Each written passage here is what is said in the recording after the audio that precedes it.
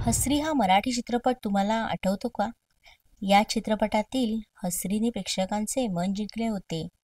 या चित्रपटात आपल्याला मानसी आंबेडकर ही बालकलाकार मुख्य भूमिकेत दिसली होती. याच मानसीविषयी आम्ही काही खास गोष्टी तुम्हाला आज सांगणार आहोत. या चित्रपटातील मानसीची भूमिका प्रचंड लोकप्रिय झाली असली तरी मानसीने केवळ काही चित्रपटांमध्ये काम केलं आणि त्यानंतर तिने मराठी चित्रपटसृष्टीला रामराम ठोकला. मानसी ही ठाण्यातील सरस्वती सेकंडरी स्कूलची विद्यार्थिनी होती.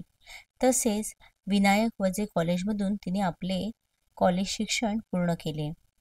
मानसी आता एक कॉन्सिलर आणि मानसशास्त्रज्ञ असून ती प्रॅक्टिस करते. मानसीने कॉलेजमध्ये असताना देखील काही राज्य नाट्य स्पर्धांमध्ये भाग घेतला होता. खरं तर मानसीचे आई वडील दोघंही नाटकातून काम करत होते. आई परत येते नाटकात तिने एक बालकलाकार म्हणून काम केलं होतं. याच नाटकामुळे तिला चित्रपटात काम करण्याची संधी मिळाली. या नाटकातील तिचा अभिनय पाहून मानसीच्या बाबांच्या मित्रांनी सुभाष फडके यांना हसरी या चित्रपटासाठी तिचं नाव सुचवलं होतं.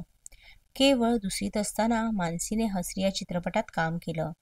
या चित्रपटानंतर तिने आई तुझे थोर उपकार या चित्रपटात देखील मुख्य भूमिका साकारली.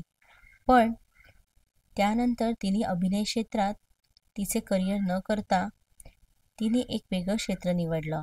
आज ती एक लेखिका, निवेदिका, सूत्रसंचालिका, मुलाखतकार, रेडिओ जॉकी अशा विविध भूमिकेद्वारे प्रेक्षकांच्या भेटीस येते.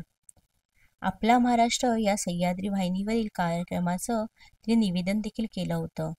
तसंच आकाशवाणीवरील काही कार्यक्रमाचं सूत्रसंचालन देखील ती करते. एवढंच नव्हे तर ती वृत्तपत्रात देखील लेखन करते. FM गोल्ड या रेडिओ चॅनलवर ती रेडिओ जॉकी म्हणून गेल्या अनेक वर्षापासून काम करत आहे. मानसी आता चित्रपटात काम करत नसली तरी ती सोशल मीडियाद्वारे तिच्या चाहत्यांच्या संपर्कात असते. हसरी या चित्रपटातील मानसी तुम्हाला आठवते का हे आम्हाला कमेंटद्वारे नक्कीच कळवा. आणि यांसारखे व्हिडिओ पाहण्यासाठी पी स्क्वेअर मराठीला सबस्क्राईब करा आणि आमचे व्हिडिओ लाईक आणि शेअर करा.